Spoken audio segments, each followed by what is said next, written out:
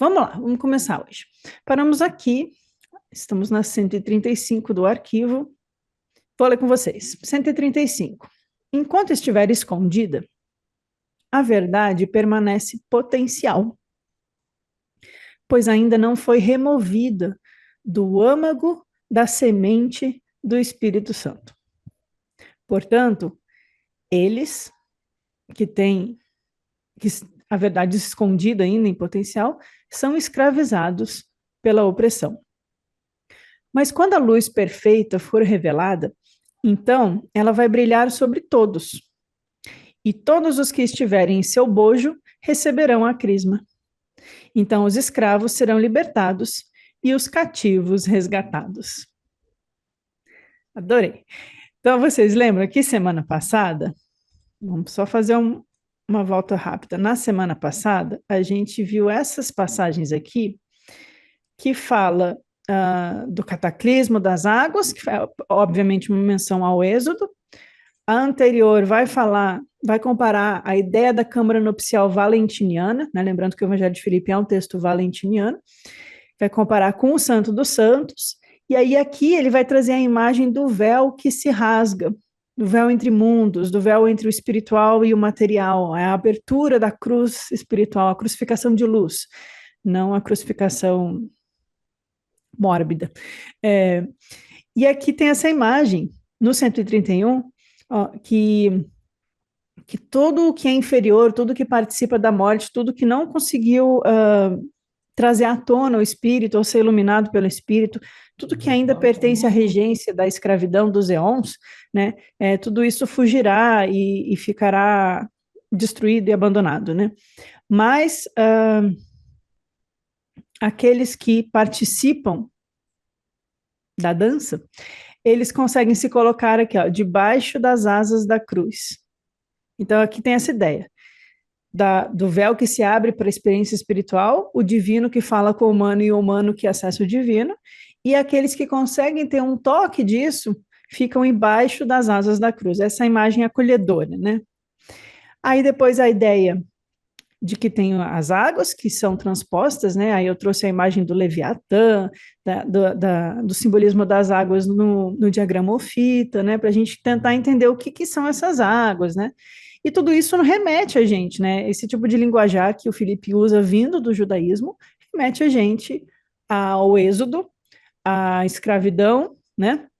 Esse tipo de linguajar. E aqui no 135, então, ele continua usando a mesma imagem, o mesmo símbolo, a mesma metáfora. Né? Que há a ideia dos cativos e dos escravos. E aqui, por isso eu pus de propósito para remeter a gente à ideia da fuga do cativeiro, né? Os judeus saindo da Babilônia ou saindo do Egito, onde eles foram escravizados, né? Lembrando que isso não é uma referência histórica, aqui necessariamente, claro. Que o Evangelho de Filipe está trabalhando com a imagem e os símbolos. Mas qual a imagem, então? Quem que vai estar no bojo, quando a luz perfeita brilhar? Vejam que é a mesma imagem de estar debaixo das asas da cruz, né? Ali pertinho para receber a luz. Então, quando a luz perfeita é revelada, ou seja, quando o véu se abre, aqueles que estão no bojo recebem a crisma. O que é crisma para os gnósticos? É o toque do Espírito, porque é o batismo de óleo, de fogo. O batismo espiritual é aquela possibilidade que a gente vai se tornar pneumático, deixar de ser ilíaco, desenvolver a parte psíquica e se tornar pneumático, porque a crisma é o óleo que está sobre as águas, porque ele não se mistura com as águas. O óleo fica por cima, né? Jesus andou sobre as águas, representando esse poder do fogo logos. Então, os que estão abaixo recebem o batismo da luz perfeita quando ela é revelada. Mas no primeiro parágrafo também tem outra imagem bonita, né? A ideia de que há uma verdade que está escondida e em potencial. E essa verdade, ela precisa romper a semente. Ela tem que ser removida do âmago da semente do Espírito. Lembrando que no Evangelho de Filipe, a ideia é de que esse Espírito habita dentro de nós. Então, é novamente a ideia do desabrochar do Espírito em nós, da abertura para o espiritual, da potência desses batismos, né, dessas iniciações, ou do toque de Cristo na nossa alma. Né? A ideia de que há algo adormecido, como uma semente, né? Como uma semente crística, que precisa brotar, que ela precisa desabrochar para revelar a verdade. E com a revelação da verdade, vem a libertação daqueles que antes eram escravizados. Então, a imagem é bastante clara. Acho que para nós que estamos juntos aqui há alguns anos, alguns de vocês, outros estão chegando agora, mas vai sentando na janelinha, não tem problema, vai ficando bastante clara a ideia de que a ideia é mostrar o potencial de libertação em cada ser humano e como essa libertação é conseguida através do desabrochar do Espírito Crístico, que está no âmago da semente que está escondida dentro de nós. Numa outra tradução desse mesmo trecho do Evangelho de Filipe que eu olhei, eu só trouxe aqui em inglês só para chamar a atenção de vocês uma coisa. Nessa outra tradução, ele não fala da verdade escondida. A frase está construída ao contrário, igual no inglês a gente fala às vezes ao contrário, sujeito, verbo, objeto e tal. Aqui está um pouco ao contrário, mas é a mesma passagem, é a mesma ideia. E ele fala não da verdade escondida, mas ele fala que o Espírito está escondido e enquanto ele está escondido, o mal não consegue agir. Olha só, fica diferente. E aí, nesse momento, a gente é sujeito, enslaved, né? A gente é escravizado pelo mal. Mas quando a gente revela a luz perfeita e ela se derrama sobre todos aqueles, então seremos livres. A imagem é a mesma, mas essa ideia da semente do espírito dentro de nós eu acho muito bonita, porque inclusive remete muito a outras tradições espirituais, como o budismo, que fala da semente do Buda dentro de nós.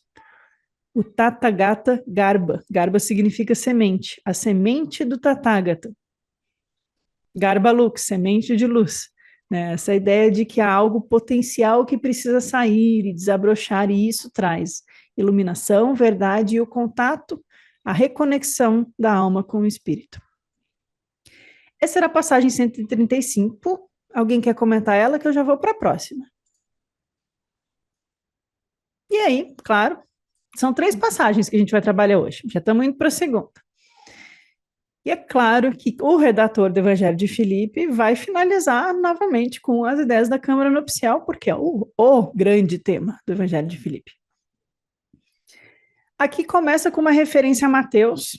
Né? Essas referências me deixam confusa no sentido de eu não sei se o tradutor identificou a passagem que está em Mateus e por isso colocou a referência, ou se o redator do Evangelho de Filipe tinha uma cópia de Mateus, porque tinham, né? Os que ficaram no cânone foram os que mais circularam, porque era mais fácil depois também, né? Ele tinha cópias, e ele cita a passagem porque ele está harmonizando o cristianismo gnóstico valentiniano com as fontes que depois vão ser canônicas. Tá? O Evangelho de Filipe ele foi redigido antes da determinação do cânone. Então a gente não pode dizer que ele está usando o cânone para citar, tá? Mas a gente pode dizer que ele teve acesso ao texto que a gente conhece como Mateus e estava citando. Ou ele teve acesso a um outro texto, como aquele que é chamado de fonte que seriam frases e ensinamentos soltos de Jesus, que tanto Mateus, Marcos e Lucas tiveram acesso, e Tomé também, e aí Filipe também. O fato é de que eles estão se referindo a uma fonte que a gente encontra também em Mateus.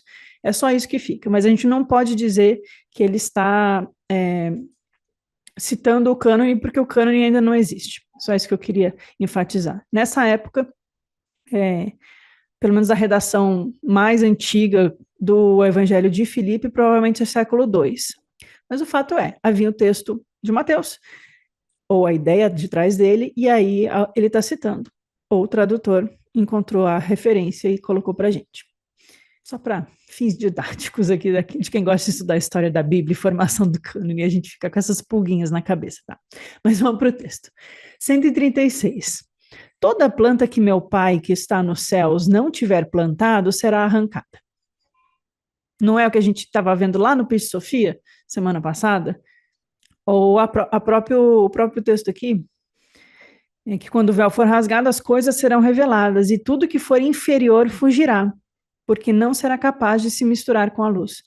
Então, a ideia é a ideia de uma colheita, e que o pai vai colher as plantas que quer dizer que ele plantou. Quer dizer, né, na linguagem aqui que a gente está tentando fazer uma exegese, aquelas que são dotadas de espírito, aqueles que têm um contato com o seu espírito, que a sementinha começou a brotar, ela não precisa ter virado uma árvore frondosa já, nem precisa ser aí um galinho já com folhinha verde, mas se já começou a brotar, já é uma referência de que foi tocada pelo espírito. E tudo que não pertencer ao contato com o espírito, que é simplesmente da materialidade da vida, tudo isso vai ficar de fora, vai ser arrancado. E aí no Peixe Sofia a gente viu que tem esses fins de ciclos e tal, e aí a gente conversou semana passada sobre juízo final, inclusive. E aí quem não assistiu essa aula ou não pôde participar semana passada ao vivo vai ter que voltar lá para saber do que a gente estava falando. Mas voltando, então, ao que resolve os problemas espirituais aqui, nós nos voltarmos para a imagem da união. Então, aqueles que estiverem separados se unirão, e os vazios serão preenchidos. Então, quem não quer ser preenchido, né? Se sentir pleno, se sentir feliz, completo, cheio, né? São palavras gostosas até assim da gente falar. Estou plena. Se perguntam para você, você está bem, está feliz? Não, estou plena. Não pode ser melhor, né? Você está mais do que feliz, você está plena. Então, aqui a ideia da gente reunir o que foi separado, harmonizar o que foi desarmonizado, reintegrar o que foi cortado ao meio. Né? Essa reunião é o reentrar no mundo divino, é o contato com aquilo que a gente perdeu, mas que está escondido dentro de nós, está escondido, protegido dos arcontes. A gente precisa começar a abrir para sair essa verdade que liberta, né? E a ideia do preenchimento. Então, essa imagem, eu adoro aqui essa pintura, eu não lembro de quem é, um dia eu vou ter que ir atrás. Que mostra justamente a união dos pares de opostos dentro do cálice, sendo banhados pelo Espírito. Então, é uma imagem que retrata muito bem a ideia da gnosis valentiniana, na minha opinião. E tem os padrinhos, né? Sempre tem dois. Tem alguns apócrifos gnósticos que, quando Jesus passa pela ressurreição, aparecem dois anjos que vêm buscar ele. Acho que é no Apocalipse de Pedro que tem isso. Então, tem essa ideia de uma reunião, de algo que acontece no âmago, no íntimo de cada um de nós. E quem entrar na câmara nupcial nascerá na luz. É o renascimento aqui, o segundo nascimento, que a gente pode chamar do nascer de novo. Aí tem os nossos Nicodemos da vida, todos nós aqui. Que papo é esse? Nascer de novo? Tem que voltar para o ventre da minha mãe. Adoro aquele diálogo que ficou na Bíblia. Acho engraçado demais o Nicodemos perguntando: Jesus, que papo é esse? Eu tenho que renascer, voltar a ser bebê para entrar no reino? Que história é essa? Aí Jesus fala: não, Nicodemos, isso é simbólico. Entende o que eu estou te dizendo? Então tem que fazer igual Lázaro, tem que morrer para renascer. Né? É muito, muito bonito esse simbolismo. Então, entrando na câmara nupcial, a gente nasce na luz. E aqueles que nascem na luz, né, eles não foram gerados como nós. Como que a gente foi gerado? Nós fomos gerados nos casamentos que não são vistos e que acontecem de noite, cujo fogo queima de noite e logo é apagado. Isso aqui parece uma repetição de uma passagem do próprio Evangelho de Filipe que a gente viu lá no meio, que falava que existe o casamento visível do mundo e o casamento que é a imagem do casamento, só que no espírito. E que no casamento visível acontece após as bodas, nos quartos, geralmente de noite, e depois que estão satisfeitos, tudo aquilo se apaga. Ó, aí não precisa nem explicar o que que é. Mas o casamento espiritual, ele acontece de dia, para todo mundo ver. Assim, é outra coisa, é a imagem do casamento. Então, aqui ele está falando da mesma coisa. Nós somos frutos de nascimentos humanos, materiais. Nós temos pai e mãe que fizeram sexo e a gente nasceu. Ok, nada mais natural que isso. Mas quem entra na câmara nupcial nasce na luz.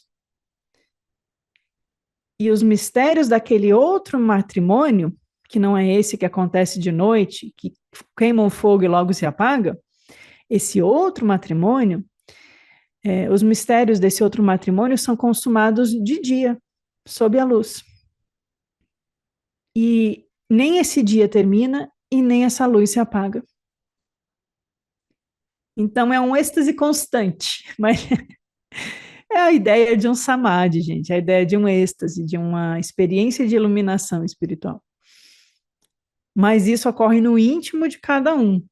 Ele precisa da câmara secreta, daquilo que ocorre só quando dois se tornam um e dão nascimento ao filho. Mas esse outro casamento é um matrimônio que é um mistério. E ele não se consuma nos quartos de noite, ele se consuma de dia e sob a luz. E aí agora ele traz a imagem da luz espiritual. Não é que no meio do dia, andando na rua, eu vou ter uma experiência de êxtase e me iluminar na frente de toda a praça pública. Não é isso que ele está dizendo. Mas é enquanto eu estou desperto, eu estou acordado, eu estou sob o sol, eu estou vivendo, eu estou vivo. E aí eu me torno mais vivo ainda, porque eu nasci duas vezes. E essa luz, uma vez consumada, uma vez que esse casamento é consumado, ele é indissolúvel. Não tem divórcio nesse casamento, porque é uma luz que jamais termina. Uma vez que você liga o interruptor do espírito, ninguém mais consegue apagar ele para você. Essa é a ideia agnóstica.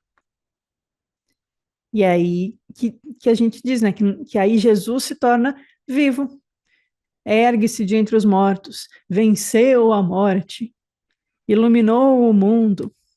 Todo aquele linguajar que ficou na igreja, agora a gente traz para o sentido gnóstico.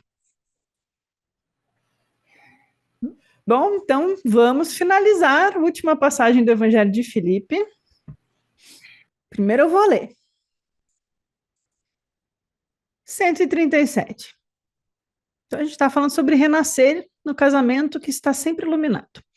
Se alguém tornar-se um filho da câmara nupcial, ele receberá a luz. Se alguém não recebê-la enquanto estiver aqui, não será capaz de recebê-la no outro lugar. Quem receber aquela luz não será visto, nem poderá ser detido, e ninguém será capaz de atormentá-lo, mesmo quando ele estiver vivendo no mundo. E também, quando se retirar do mundo, ele já terá recebido a verdade nas imagens. O mundo torna-se o reino ou o éon eterno, porque o reino eterno é a plenitude para ele, para essa pessoa, para o filho. E isso será revelado a ele pessoalmente, não escondido na escuridão e na noite, mas oculto num dia perfeito e sob a luz sagrada. Ele basicamente repetiu as ideias da passagem anterior, mas acrescentou algumas coisas, né? Então, tornar-se um filho da Câmara Nupcial. Isso aqui é um chamado para a gente adentrar a senda para a iluminação, como chamam aí algumas escolas esotéricas, ou o budismo, né? Se alguém tornar-se um filho da Câmara, ele receberá a luz. Qual a primeira coisa que me chamou a atenção nessa primeira frase? Além de toda a interpretação que a gente já está careca de saber, veja que o Evangelho de Filipe, ele não está dizendo se alguém aceitar Jesus será salvo. Ele está dizendo que alguém vai se tornar e aí você vai receber a luz. Ele está dizendo cada um de vocês que está lendo o Evangelho de Filipe pode se tornar um filho do homem, como Jesus é um filho do homem. Então aqui a gente tem a visão gnóstica de Jesus como um grande mestre da luz, um grande filho da luz, como dizem os essênios. Ele é um mestre espiritual. Ele é um iniciador nos mistérios e é um transmissor dos ensinamentos apócrifos, secretos, ocultos, sob a luz sagrada. E todos nós podemos nos tornar. Fica bem diferente da visão oficial, né? Concordo? Que aqui não é aceitar, não é obedecer. E aí, veja só, voltando para enfatizar a diferença aqui disso para o que ficou canônico, né? No dogma, pelo menos. A primeira coisa não é aceitou Jesus, é se tornou um filho assim como ele. Então, aí, o incentivo sejam como, tentem se transformar também. Aí, no segundo parágrafo, se alguém não receber essa luz enquanto estiver aqui, não será capaz de recebê-la no outro lugar. O que nos remete novamente a outra passagem do Evangelho de Filipe, que fala que a ressurreição tem que ser encontrada estando vivo, e não é pós-morte, o que contradiz o que ficou no dogma, que a ressurreição foi depois da morte física, né? E aí o Evangelho de Filipe, ele está, se vocês pensarem só em termos assim de história, sociologia, cultura, ele está se contrastando com os padres da igreja da época. Eles estão em diálogo aqui, eles estão debatendo, é tipo post de internet, um fica querendo lacrar em cima do outro, tô brincando, mas acho que alguns queriam mesmo. Mas eles estão mostrando que eles têm outra visão, eles estão contrastando com a visão que ficou na igreja.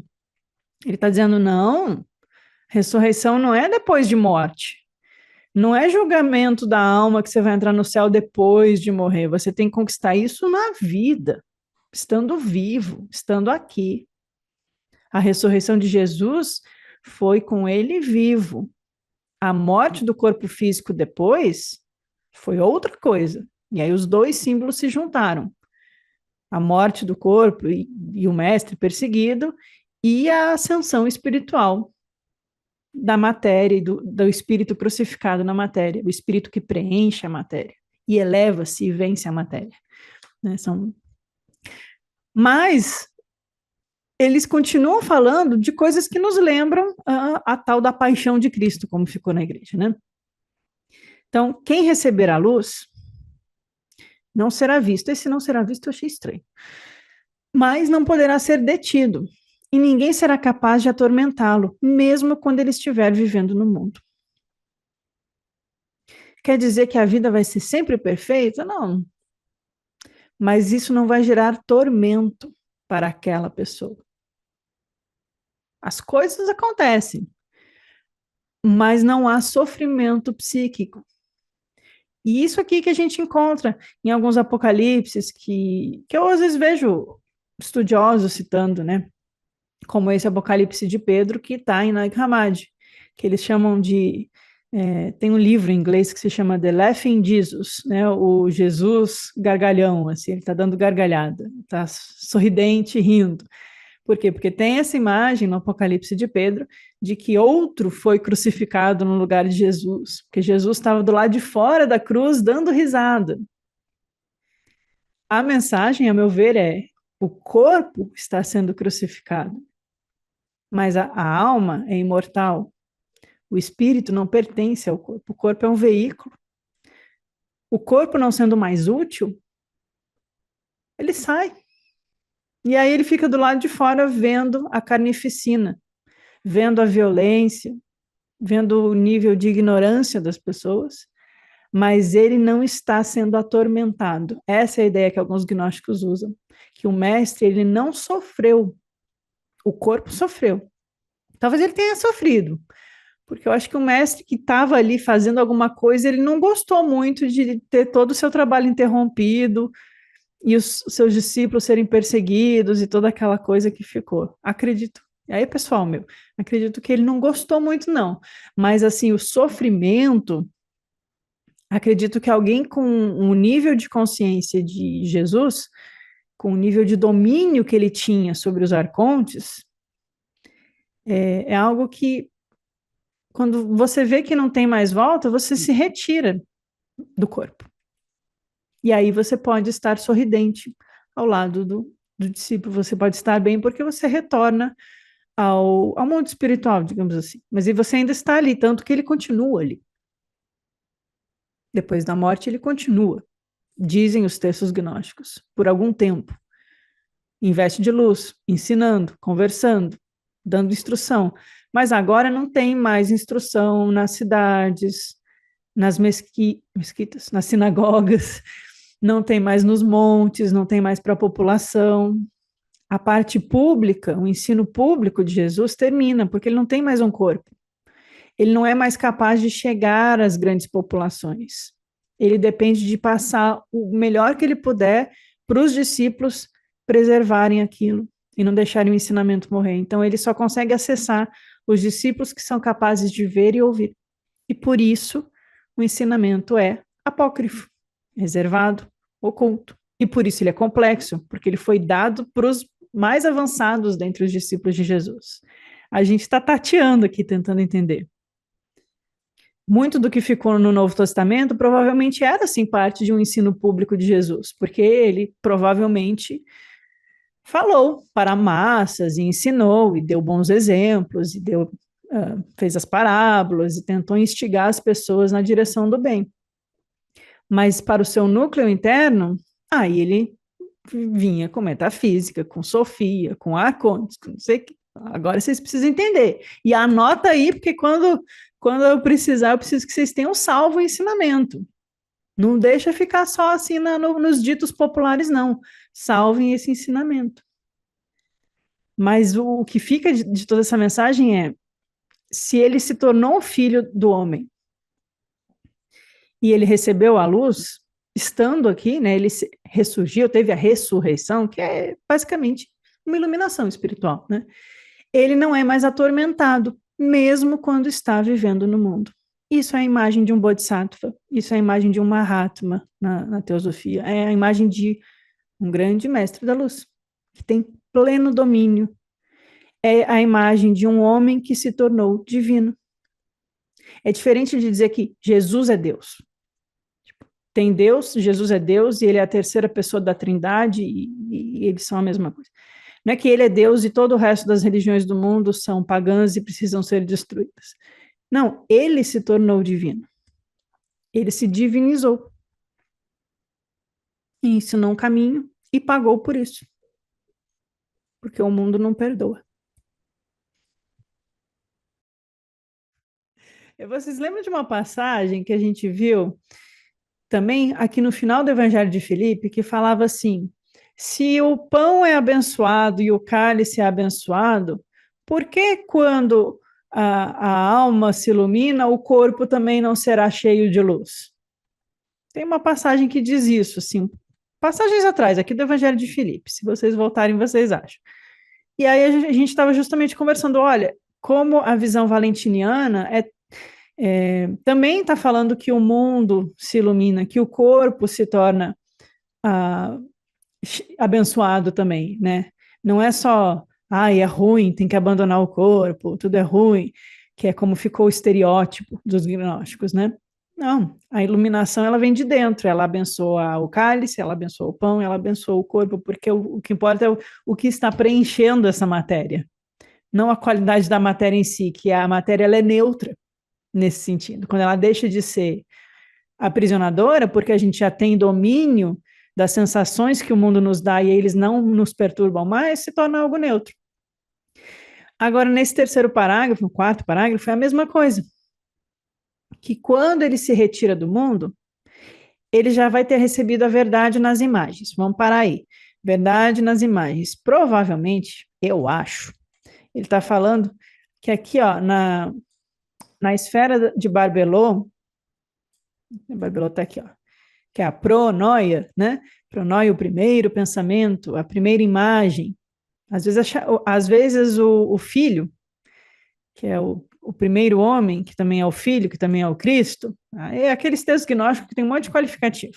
Ele é chamado de a primeira imagem de Deus, a primeira luz que se manifesta. Então, essa ideia da imagem é aquilo que está perfeito aqui, que está em sua completude, no pensamento da pronoia, que é o pensamento divino, né? Ou no seio de Barbelô, ou como a representação da luz que vem ao mundo. Então, quando esse praticante se retira do mundo, ele já se retira tendo recebido a verdade nas imagens. Aquela verdade que 2 passagens atrás estava escondida e que precisava ser tirada de dentro da semente. Lembra que a gente acabou de ler?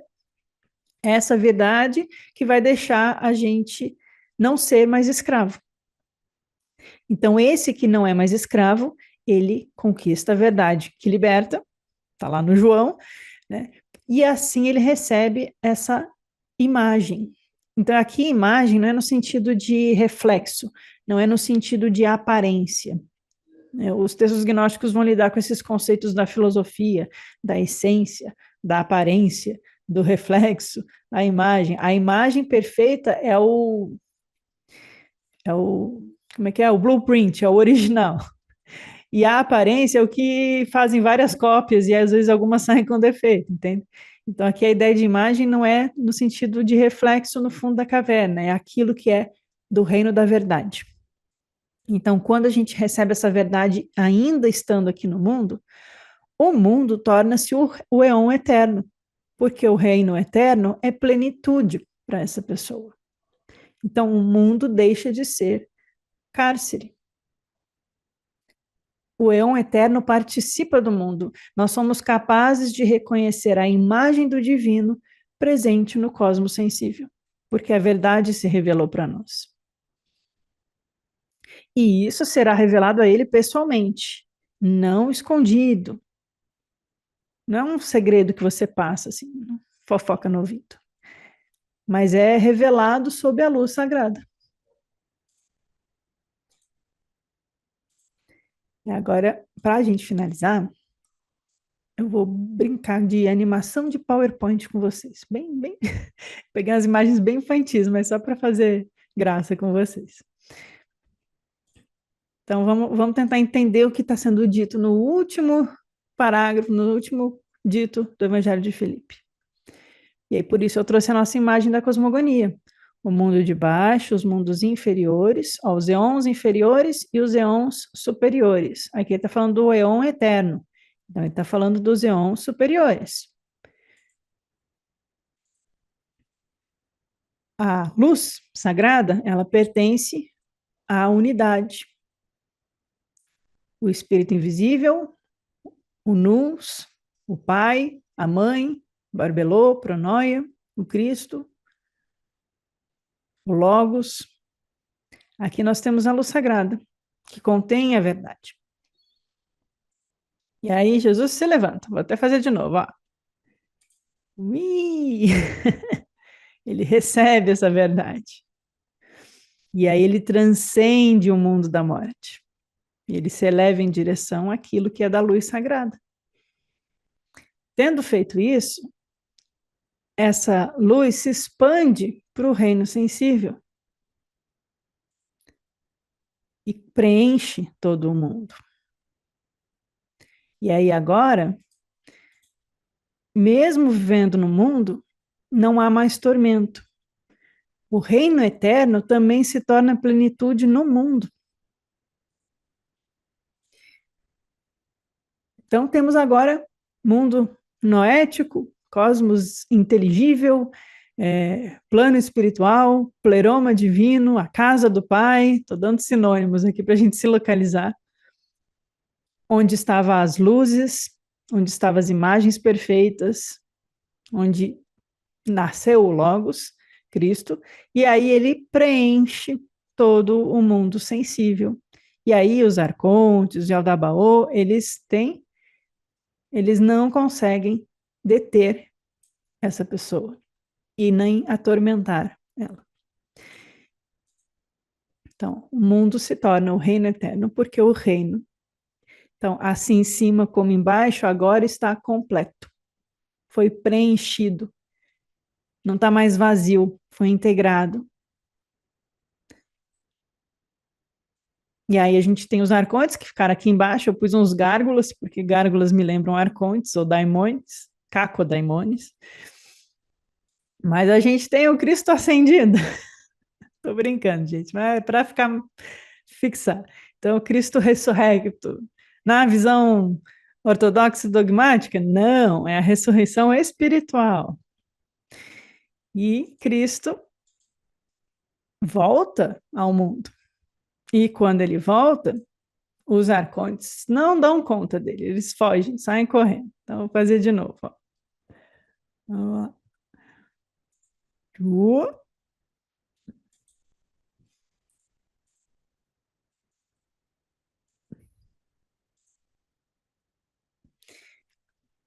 Ele não poderá ser detido e ninguém será capaz de atormentá-lo, mesmo quando ele estiver no mundo, porque o mundo agora, para essa pessoa consciente e com a potência da luz divina ativa, né? Não a atrapalha mais. Então agora tem livre acesso. E assim ele se torna um salvador do mundo. Se alguém tornar-se um filho da Câmara Nupcial, ele receberá a luz. Essa era a mensagem do Evangelho de Filipe. Instigar a gente para ser assim também. Então, fim do Evangelho de Filipe, Códice 2 de Nag Hammadi, e muito obrigada pelos anos de estudo coletivo desse texto.